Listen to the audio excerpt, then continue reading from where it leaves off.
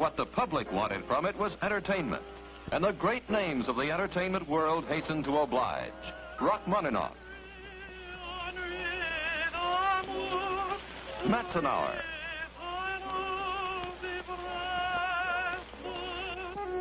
Albert Spaulding,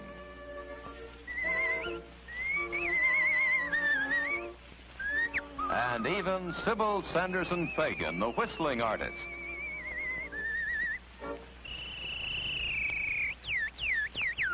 And as the years went by, they trooped in and out of Edison's recording rooms. The opera singers and the banjo players and the bird imitators and the tellers of jokes. And the records poured forth, hundreds of them, thousands, hundreds of thousands. From the needle that scratched the tinfoil, $1 million industry was born.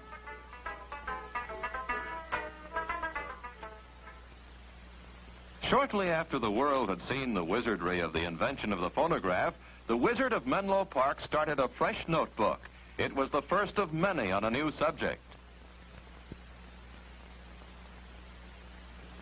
The object of this invention is to devise an electric lamp, which shall admit of being worked in great numbers on one electrical circuit.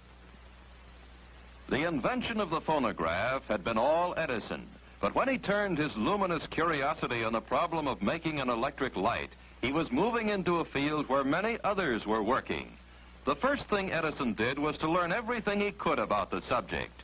He came to the crux of the problem. 1. If you heat certain materials by electricity, they give off light. 2. If you heat these materials in a vacuum, they last much longer. So he told his glass blowers in the invention factory to make him some glass bulbs.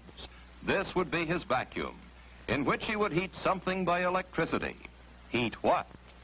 What would glow with a light that was continuous and bright and easy on the eyes?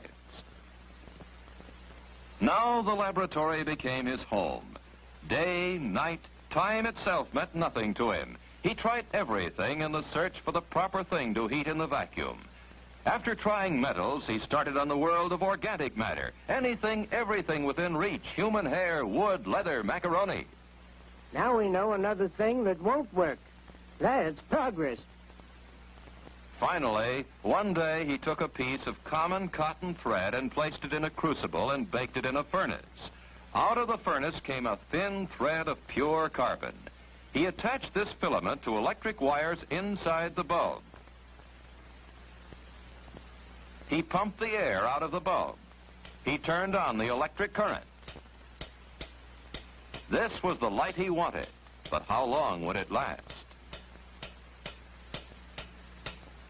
Edison and his assistants gathered around for the famous death watch of October 19, 1879. They watched the lamp for 10 hours.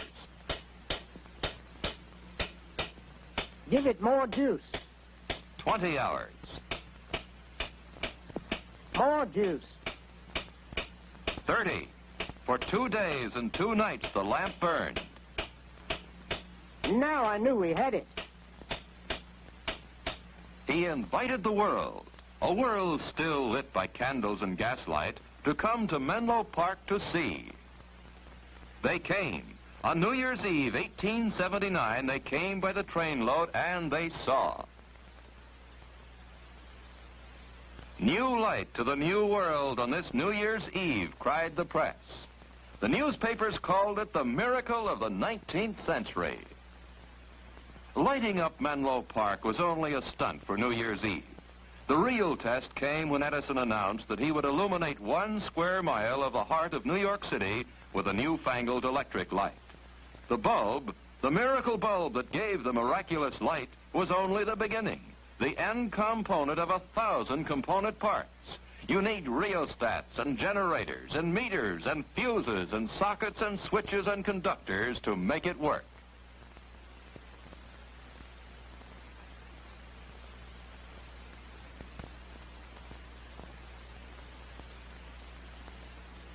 The incandescent light was not one, but 360 different inventions all welded together.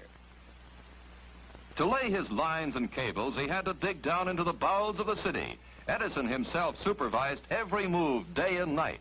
In later years, he was to say, "This was the greatest adventure of my life." to make light, you need power. He took a building on Pearl Street in Lower Manhattan and turned it into the first power plant for electric light in the United States. It started with coal furnaces in the basement. The coal made steam.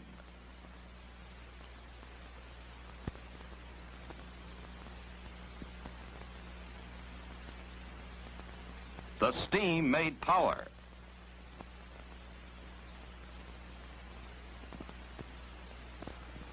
The power turned the generators.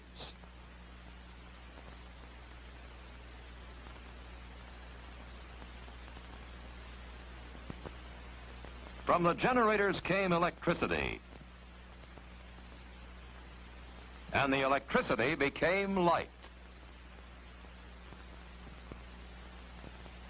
Light to the world. But hardly 2 years after the great triumph, tragedy struck the house of Edison.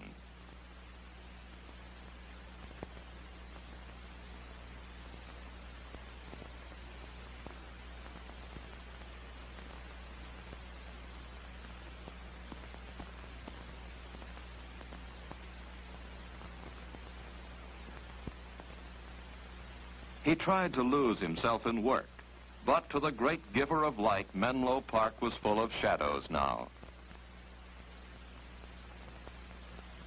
He had to move away from the place where he had lived.